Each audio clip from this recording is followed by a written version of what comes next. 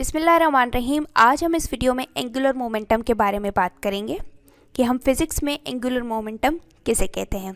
Angular momentum को understand करने से पहले हम सिंपली मोमेंटम को अंडरस्टैंड करके देखते हैं। जैसे कि मोमेंटम मास और वेलोसिटी का प्रोडक्ट होता है। मतलब कि अगर कोई बॉडी जिसमें मास है और वो स्ट्रेट लाइन पर मूव कर रही है, मतलब कि उसमें वेलोसिटी है, तो हम कहेंगे कि उस बॉडी में मोमेंटम है, क्वांटिटी ऑफ मोशन है, इसीलिए वो मूव कर पा रही है। पर अगर कोई बॉडी किसी सर्कुलर पाथ पे मूव करने लगे तो हम क्या कहेंगे? उसमें क्वांटिटी ऑफ मोशन भी है, मास भी है, और जाहिर बात है उसकी कोई ना कोई वेलोसिटी तो होगी, एंगुलर ही सही पर वेलोसिटी तो होगी। तो उस क्वांटिटी ऑफ मोशन को हम क्या कहेंगे? एग्जैक्टली उस क्वांटिटी ऑफ मोशन को हम कहेंगे एंगुलर मोमेंटम, मतलब कि rotational momentum. Angular momentum cross product है पोजीशन वेक्टर और लीनियर मोमेंटम की। जैसे कि कोई बॉडी किसी सर्कुलर पाथ पे मूव कर रही है तो जाहिर बात है किसी फिक्स्ड पॉइंट के अराउंड मूव कर रही होगी और उसका कोई ना कोई रेडियस होगा जिसको हम पोजीशन वेक्टर कहते हैं। और ये बॉडी मूव कर रही है, इसमें क्वांटिटी ऑफ मोशन है, तो हम कहेंगे इसमें मोमेंटम है।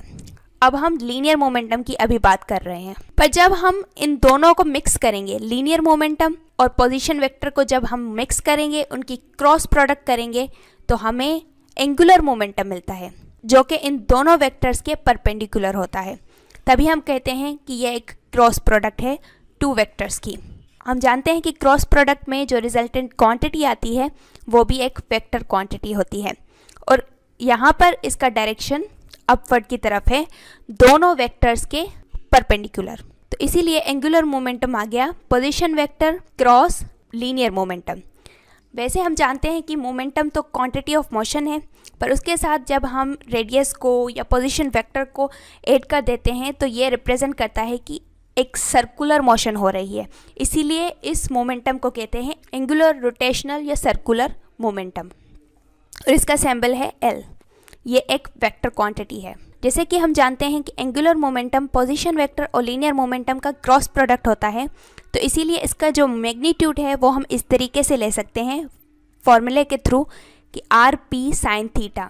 क्रॉस प्रोडक्ट को हटाने के लिए हम साइन थीटा लगाएंगे। और अगर हम कहें कि जो लीनियर मोमेंटम है और पोजीशन वेक्टर है वो दोनों एक दूसरे के बिल्कुल परपेंडिकुलर हैं, इनके दरमियान जो थीटा है, एंगल है, वो है 90 डिग्री। तो हम यहाँ पर फॉर्मूले में लगाएंगे आर पी साइन 90 डिग्री। और हम ये भी जानते हैं कि 90 डिग्री पर साइन 1 के इक्वल आता है, तो इसीलिए एंगुलर मोमेंटम बन जाएगा आर पी इंटू 1, जो कि है आर इंटू पी। मतलब कि अगर लीनियर मोमेंटम और पोजीशन वेक्टर दोनों एग्जैक्टली एक दूसरे के परपेंडिकुलर हैं, इनके दरमियान थीटा 90 डिग्री है, तो एंगुलर मोमेंटम का जो मैग्नीट्यूड होगा फॉर्मूले के थ्रू वो सिंपली आर इंटू पी होगा।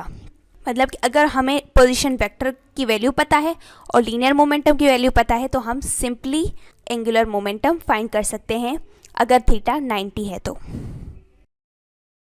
एक बात हम कॉमनली ऑब्जर्व करते हैं कि जब हम बाइसाइकिल को स्टार्ट करते हैं और पेंडलिंग नहीं करते, पेंडल नहीं चलाते, तो हम चलाते चलाते बाइसाइकिल से गिर भी सकते हैं।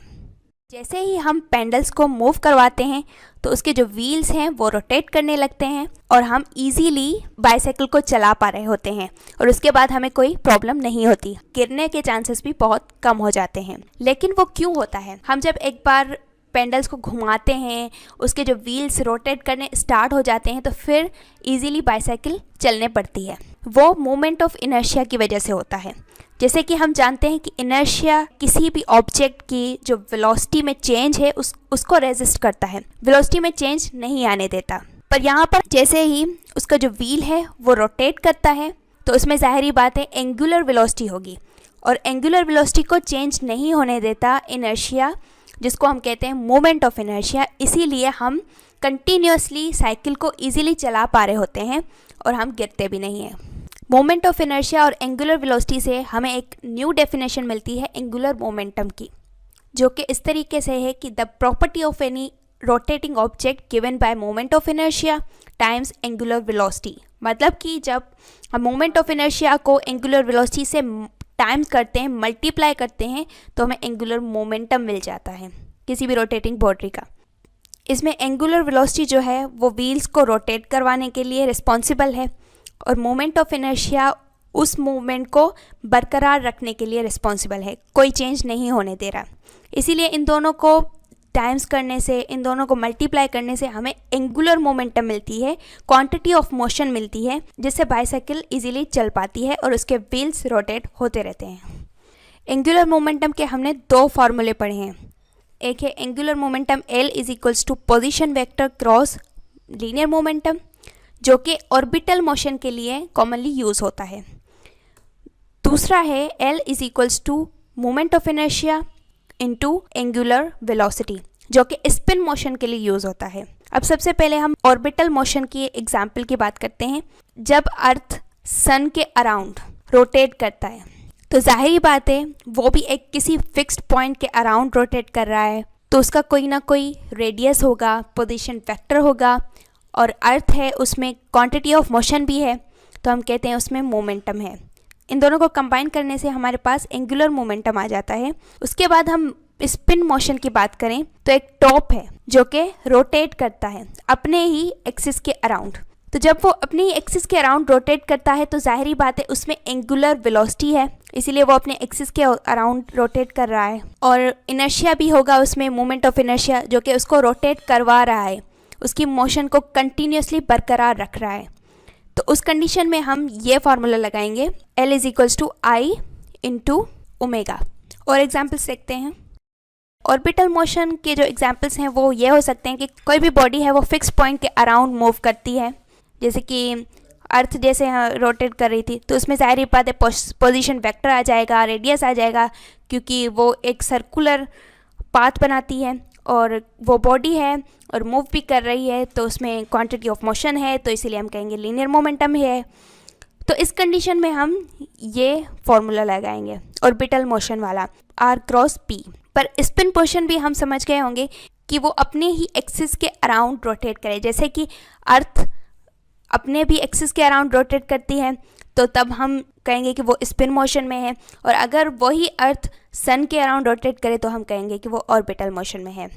स्पिन मोशन का एक और एग्जाम्पल है आइस स्केटिंग, जिसमें आइस स्केटिंग करने वाला अपने ही एक्सिस के अराउंड मूव करता है। जाहिर बात है उसमें ओमेगा है और इनर्शिया उस मूवमेंट को बरकरार रखता है, तो वो स्पिन मोशन हो गई। तो उसका फॉर्मूला आई इंटू ओमेगा होगा।